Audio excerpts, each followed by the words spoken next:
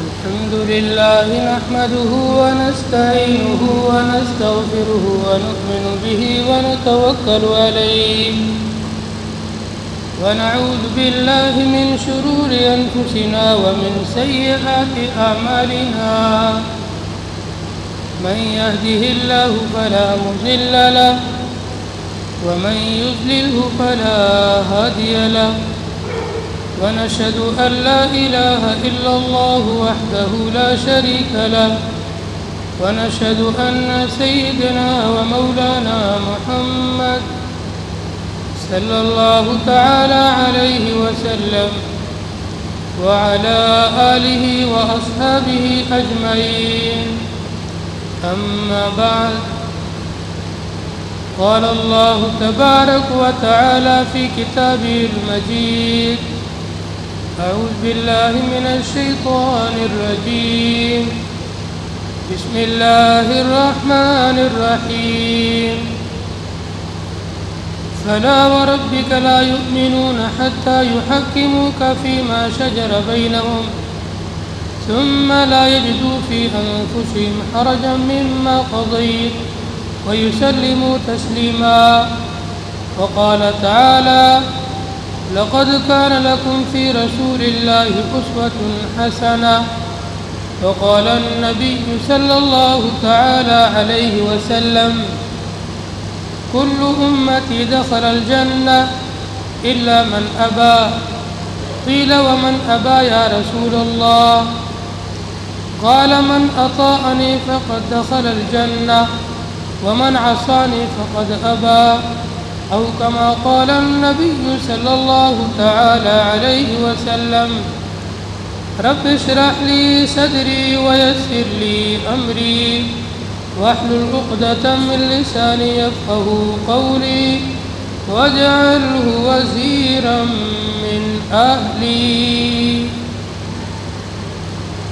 اللهم صل على محمد وعلى آل محمد كما صليت على إبراهيم وعلى آل إبراهيم إنك حميد مجيد اللهم بارك على محمد وعلى آل محمد كما باركت على إبراهيم وعلى آل إبراهيم إنك حميد مجيد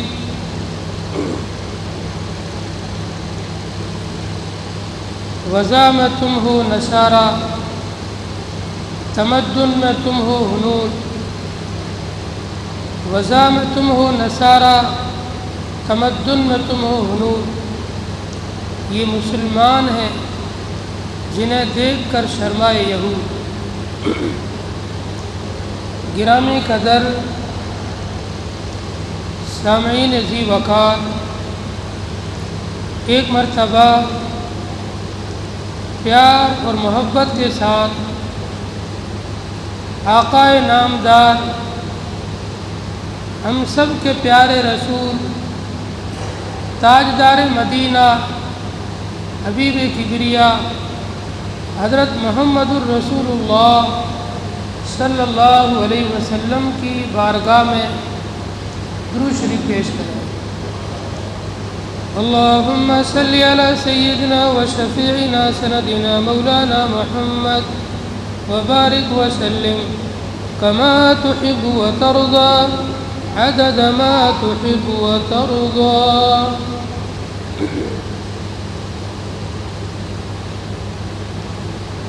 کی محمد سے وفا تو نے تو ہم تیرے ہیں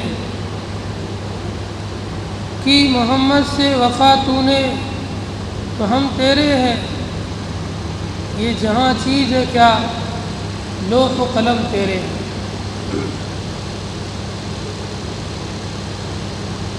عشق رسول دین حق کی شرط اول ہے عشق رسول دین حق کی شرط اول ہے جو اس میں ہو کمی تو ایمان نامکمل ہے سرور کائنات فخر موجودات، ہم سب کے پیارے آقا حضرت محمد الرسول اللہ صلی اللہ علیہ وسلم کی محبت اور آپ کی ذات اقدس کے ساتھ میں عشق اور آپ کی اتباع، یہ ہمارے ایمان کا ایک اہم حصہ ہے۔ اگر نبی کے بارے میں ذرا سی ادنا سی بھی گستاخی ہوئی تو ایمان ختم اور آدمی کفر میں چلا جائے گا۔ آپ کی ذات سے حد درجے محبت، دنیا کی ہر چیز سے بڑھ کر نبی کی ذات سے عشق اور محبت، یہ ہمارے ایمان کا تقاضا ہے۔ اور اللہ پاک نے قرآن میں ارشاد فرمایا، اگر تم یہ چاہتے ہو کہ اللہ تعالیٰ تم سے محبت کرے، قل، اے نبی جی آپ کہہ دیجئے، ان کنتم تحبون اللہ، اگر تم چاہتے ہو کہ تم اللہ سے پیار کرو، اللہ سے محبت کرو، فاتبعونی، تو میری پیروی کرو، محمد صلی اللہ علیہ وسلم کی اتباع کرو، یحببکم اللہ، اللہ تعالیٰ تم سے پیار کریں گے، اللہ تعالیٰ تم سے محبت کریں گے، وَيَغْفِرْ لَكُمْ ذُنُوبَكُمْ، اور تمہارے گناہوں کو بخش دیں گے۔ نبی کی اتباع، نبی کی پیروی، نبی کے لائے ہوئے طریقے پر زندگی گزارنا، نبی علیہ السلام کو فالو کرنا، پیارے نبی کو اپنا آئیڈیل بنانا، پیارے نبی کو اپنی زندگی کے لیے نمونہ بنانا، اللہ تعالیٰ کا پیارا ہونے اور اپنے گناہوں کی بخشش کا ذریعہ ہے۔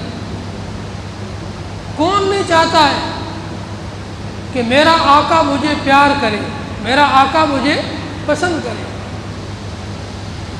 دنیا کی ایک چھوٹی سی مثال سمجھیں،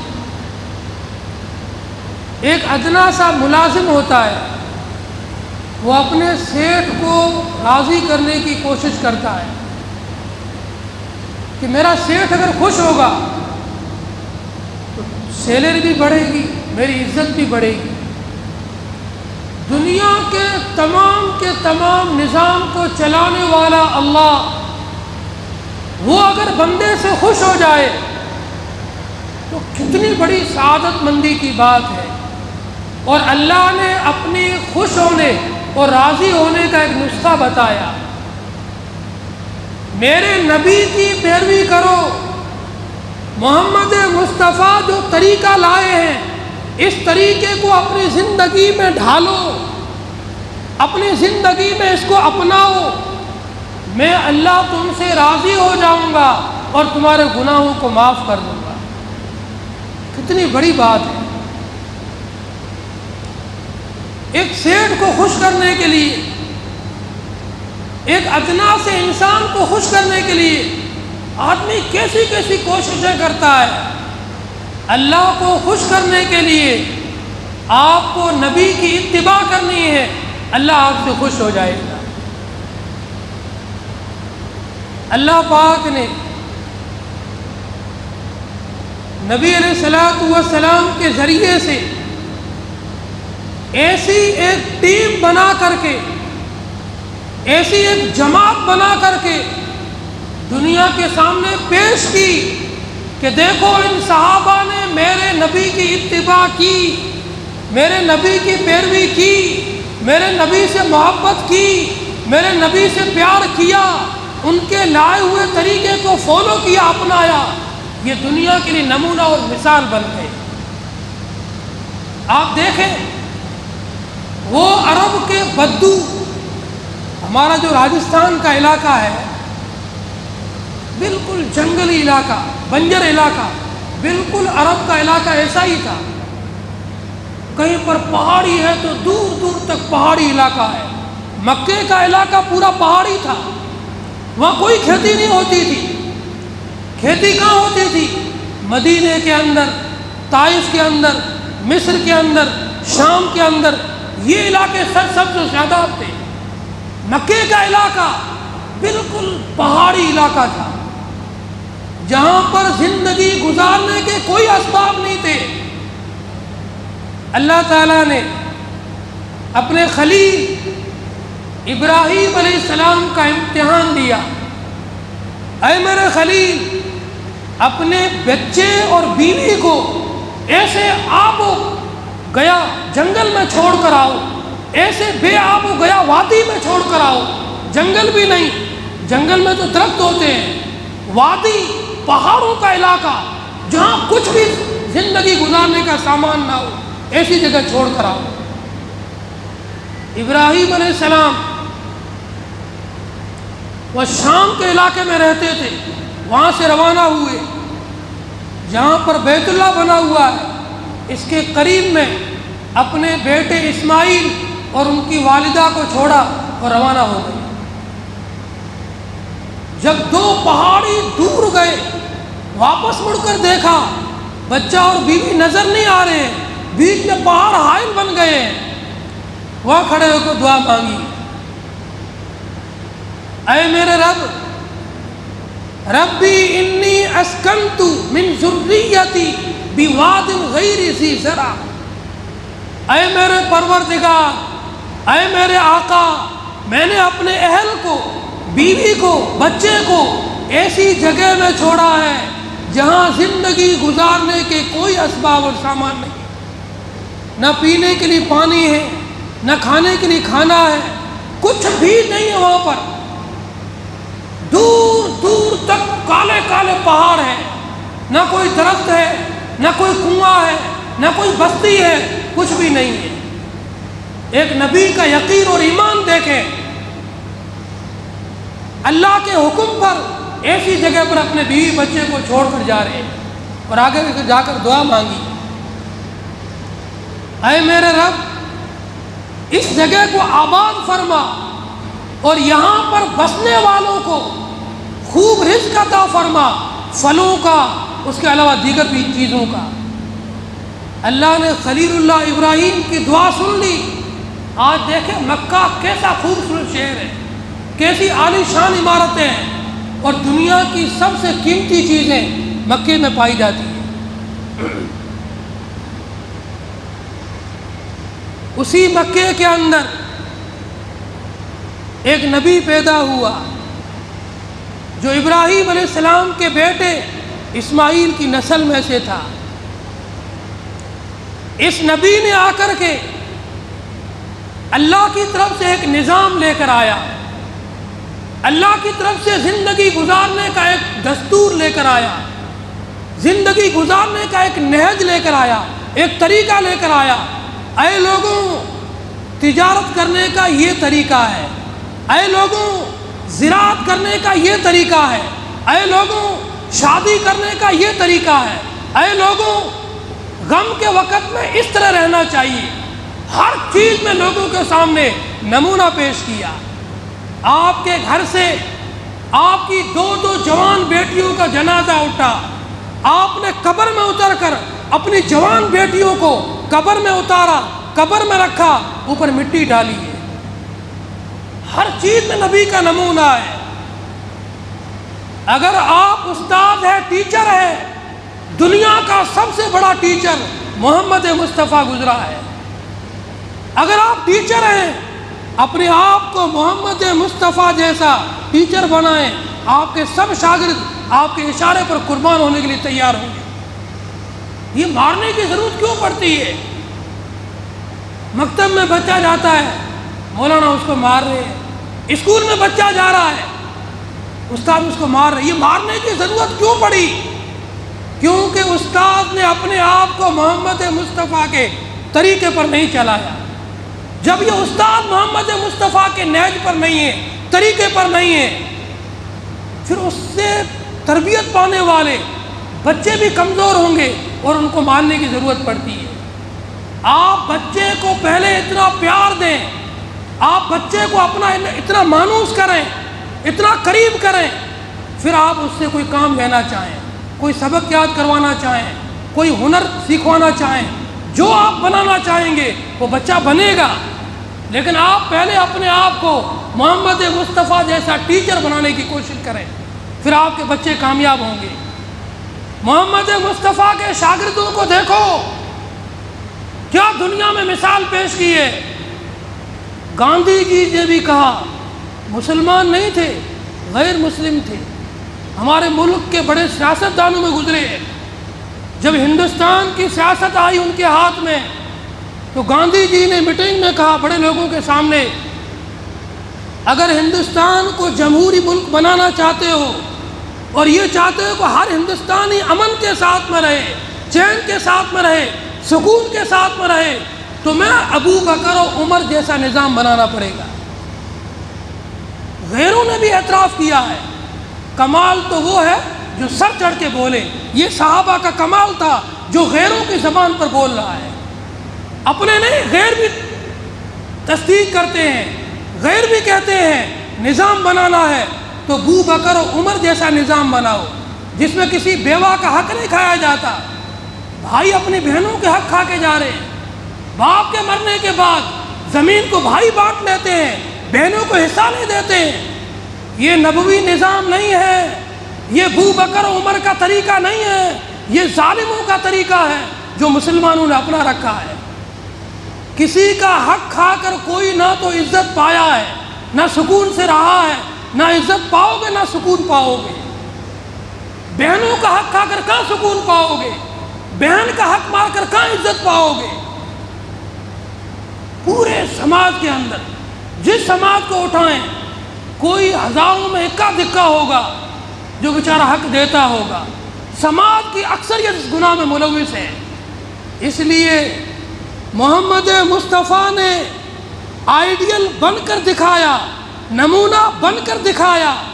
آپ کی آمد سے پہلے ظالم اور طاقتور مظلوموں کا حق کھا جایا کرتے تھے، عورتوں کے حقوق نہیں دیا جایا کرتے تھے۔ آپ نے آ کر مظلوموں کے حقوق بتائے، یتیموں کے حقوق بتائے، بیواؤں کے حقوق بتائے، عورتوں کے حقوق بتائے، غلاموں کے حقوق بتائے، ملازموں کے حقوق بتائے، ہر ایک کو اس کا حق دلایا ہے۔ حدیث میں ایک واقعہ ملتا ہے، اس واقعے کے بعد پھر حقوق بتائیں گے۔ نبی علیہ الصلوۃ والسلام کے صوفی ذات صحابی ہیں حضرت زبیر بن عوام رضی اللہ تعالیٰ عنہ۔ ان کی بھی ایک جگہ مدینے کے پاس میں کھیتی باڑی تھی، کھیت تھا، اس کے پاس میں کسی انصاری کا کھیت تھا۔ دونوں صحابوں کا کھیت آپس میں ملا ہوا ہے، دونوں کی بیچ کی جڑ ایک ہے۔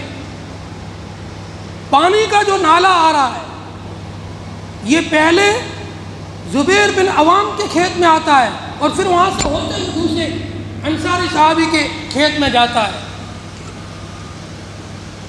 ان کا کھیت ذرا اوپر تھا، عبداللہ بن زبیر کا، زبیر بن عوام کا، اور دوسرے والے صحابی کا کھیت ذرا نیچے تھا۔ وہ کہنے لگے اس نالی کا پانی پہلے میں اپنے کھیت میں لوں گا پھر تمہیں دوں گا۔ زبیر بن عوام کہنے لگے نہیں، پہلے میں سینچوں گا۔ دونوں کے آپس میں اختلاف ہو گیا۔ نبی علیہ السلام کے پاس مقدمہ آیا، آپ نے انصاف کا فیصلہ کیا، فرمایا جس کا کھیت پہلے ہے وہ اپنے کھیت کی سینچائی پہلے کرے گا، جس کا کھیت بعد میں ہے وہ اپنے کھیت کی سینچائی بعد میں کرے۔ اس میں لڑنے کی کوئی ضرورت نہیں ہے۔ پھر اپنے پھوپھی زاد بھائی سے کہا تم زیادہ پانی مت لینا، اپنے بھائی کے حق کی خیال کرنا، جب پانی ٹخنوں تک آ جاوے تمہارے کھیت میں بس اپنی طرف کی نالی کو بند کر لینا، پانی کو آگے چھوڑ دینا۔ فیصلہ ہو گیا۔ انصاری صحابی کی زبان سے نکلا، تم نے اپنے بھائی کی طرفداری کی ہے۔ اللہ نے آسمان سے آیت اتار دی، فرمایا، آسمان سے آیت اتری اور اللہ نے فرمایا، فلا وربک لا یؤمنون حتی یحکموک فیما شجر بینہم۔ اے نبی، یہ لوگ اس وقت تک کامل مومن ہو ہی نہیں سکتے ہیں، ایمان ان کے اندر آ ہی نہیں سکتا ہے جب تک کہ اپنے آپسی اختلافات کا فیصلہ آپ کے پاس نہ کروائیں۔ ثم لا یجدوا فی انفسہم حرجا، آپ کے فیصلہ کرنے کے بعد اپنے دل کے اندر تنگی بھی محسوس نہ کریں۔ وَيُسَلِّمُوا تَسْلِيمًا، اور آپ کے فیصلے کو پورا پورا قبول کریں۔ جس چیز میں نبی کی طرف سے حکم آ جائے، نبی کی طرف سے فیصلہ آ جائے، پھر اس میں دل کے اندر تنگی محسوس کرنا، اعتراض کرنا، یہ تو کفر کی علامت ہے، یہ تو کفریہ بات ہے۔ نبی سے زیادہ انصاف کون کر سکتا ہے؟ جب یہ آیت اتری، نبی نے سنائی، اب وہ انصاری صحابی توبہ کرنے لگے، اپنی غلطی کا اعتراف کیا اور توبہ کی۔ اپنے فیصلوں کے اندر نبوی نظام کو لے آؤ۔ آج مسلمانوں کے کتنے فیصلے ہیں، بھائی بھائی آپس میں زمین کے مسئلے میں ناراض ہیں اور کورٹ میں 10 سالوں سے مقدمے چل رہے ہیں، دونوں طرف سے وکلا پیسے کھا رہے ہیں اور فیصلہ ہی نہیں ہو رہا ہے۔ کیوں نہیں ہو رہا ہے؟ نبوی نظام ہی نہیں ہے۔ نبوی نظام میں ٹائم نہیں لگتا ہے، 2 دن میں فیصلہ ہو جاتا ہے۔ آپ کا کوئی بھی مقدمہ ہو، آپ دارالقضاء میں جائیں، قرآن کی آیات کی روشنی میں، احادیث کی روشنی میں جو حکم ملے، ایک مسلمان کو دل جان سے اس حکم کو ماننا چاہیے۔ میرے اللہ کا حکم ہے، میرے نبی کا طریقہ ہے، اللہ کی کتاب قرآن کا فیصلہ ہے۔ اگر قرآن کو ہم نہیں مانیں گے تو پھر کس چیز کے ہم مسلمان ہیں؟ کون سے مسلمان ہیں جو قرآن کا فیصلہ نہیں مان رہے ہیں، نبی کا فیصلہ نہیں مان رہے ہیں، اللہ کا حکم نہیں مان رہے، پھر کس کا حکم مانیں گے؟ اب آئیے، نبی علیہ السلام نے کن کن لوگوں کے حقوق کیسے دلائے ہیں؟ نبی علیہ السلام کی آمد سے پہلے، آپ کو نبوت ملنے سے پہلے، لوگ غریبوں سے کام کرواتے تھے اور کوئی مزدوری نہیں دیتے تھے۔ غریب امیروں کے یہاں فری میں کام کرتے تھے، انہیں کوئی معاوضہ نہیں ملتا تھا۔ آپ نے فرمایا، مزدور کی مزدوری پسینہ سوکھنے سے پہلے دے دیا کرو۔ ایک مزدور جو دہاڑی والا مزدور ہے یا کوئی بھی مزدور ہے، تمہارے گھر میں کام کرنے آیا ہے، تمہاری فیکٹری میں کام کرنے آیا، تمہاری کمپنی میں کام کرنے آیا، تمہارے ادارے میں کام کرنے آیا، تمہارے اسکول میں پڑھانے آیا، تمہارے مکتب میں پڑھانے آیا، کہیں بھی وہ جاب کر رہا ہے، اس مزدور کی مزدوری اس کا پسینہ سوکھنے سے پہلے دے دیا کرو، ورنہ ظالم کہلاؤ گے۔ نبی کی آمد سے پہلے لوگ غریبوں کو حق دیتے ہی نہیں تھے، فری میں کام لیتے تھے۔ عورتوں کے حقوق دلائے۔ حدیث میں ایک واقعہ ملتا ہے، ایک عورت نبی علیہ السلام کی خدمت میں حاضر ہوئی، یا رسول اللہ، میرا ایک مسئلہ ہے، میرے شوہر کا انتقال ہو گیا، میری 2 چھوٹی بچیاں ہیں، وہ بھی نابالغ ہیں، میرے شوہر کے پورے مال پر، پوری پراپرٹی پر، زمین پر، باغات پر، جو کچھ بھی اس کے پاس تھا، سب پر اس کے 2 بھائیوں نے قبضہ کر لیا۔ میں نے ان دونوں بھائیوں سے کہا، اگر مجھے حق نہیں دیتے ہو تو کوئی بات نہیں، یہ 2 چھوٹی یتیم بچیاں ہیں، ان کا خیال کر لو، اگر ان کو حق نہیں دیتے ہو تو تمہارے پاس تمہارے لڑکے موجود ہیں، ان دونوں بچیوں کو اپنے لڑکوں کے لیے رشتہ لے لو، دونوں بچیوں کو اپنے بچوں کے ساتھ نکاح کروا دینا اور ان کا پورا خرچہ تم اٹھا لو۔ انہوں نے اس سے بھی انکار کر دیا، نہ تو ان بچیوں کو کوئی حصہ ملے گا، نہ کوئی حق ملے گا، نہ ہم ان یتیموں کو اپنے بچوں کے لیے نکاح کروائیں گے۔ یا رسول اللہ، اب میں بیوہ عورت ہوں، میں خود بھی اپنا خرچہ برداشت نہیں کر سکتی ہوں، ان بچیوں کا کیا بنے گا؟ آپ نے فرمایا ماں باپ جو ترکہ چھوڑ کر جائیں ان میں بچوں کی طرح بچیوں کا بھی حق ہے اور عورت کا بھی حق ہے۔ اور اللہ نے قرآن میں آیت اتار دی وَلِلنِّسَاءِ مِمَّا تَرَكَ الْوَالِدَانِ وَالْأَقْرَبُونَ قَلَّ أَوْ كَثُرَ، قرآن میں آیت اتر گئی، عورتوں کے لیے بھی ان کے ماں باپ جو چھوڑ کر مریں اس میں سے حصہ ہو، چاہے وہ زیادہ چھوڑ کر جائیں یا کم چھوڑ کر جائیں۔ عورتوں کو حقوق دلائے، غلاموں کو حقوق دلائے، کمزوروں کو حقوق دلائے، ہر ایک کو اس کا حق دلایا۔ انسان تو انسان، جانوروں تک کے حقوق دلائے۔ آپ نے فرمایا جو کسی پالتو جانور کو پالے اسے چاہیے کہ اس کو ٹائم پر پانی بھی پلائے اور پورا چارہ بھی دے۔ یہ ظلم ہے، اس کے ساتھ کام لیتے ہو، اس پر سواری کرتے ہو، اس پر بار برداری اٹھاتے ہو اور اس کو ٹائم پر پانی نہ دو اور ٹائم پر چارہ نہ دو۔ ہر ایک کے حقوق بتلایا آپ نے، اور سب کے حقوق بتلانے کے بعد پھر نصیحت کی، ایسی نصیحت۔